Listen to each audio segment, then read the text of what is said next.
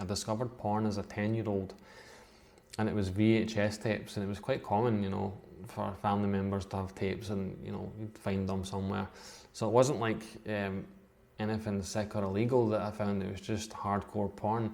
But for a 10-year-old, it was pretty extreme, and it did a lot of damage. It desensitized my mind to what I thought romantic relationships should look like, my expectations from romantic partners, regardless of sexuality. And your expectations of what that looks like are damaged from an early age.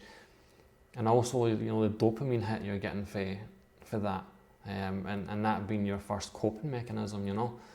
The earliest coping mechanism I had was those tapes, and then by the time the internet comes around, you've got access to it then too, and then these chat rooms, and so those things combined, you know, not knowing my dad. I really hated the high school I went to, and I can't speak for other people who went there, but for me, it was a place of fear, it was a place of surviving, it was a place of bullying. It wasn't a place of growth and education and learning. I only got that when I went to college and university years later as an adult. So I left school thinking I was an idiot.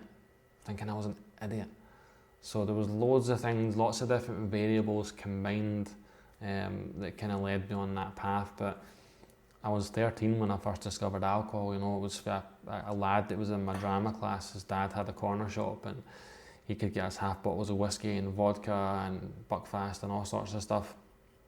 And we'd get White Lightning and Merrydown and MD 2020 and all your usuals.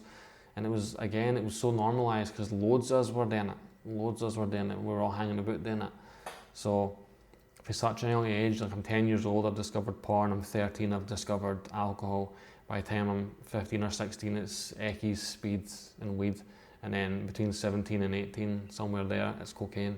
So the escalation, you know, it's gone up and up and up. And before I know it, I'm a using addict. And I didn't even realise I was an addict.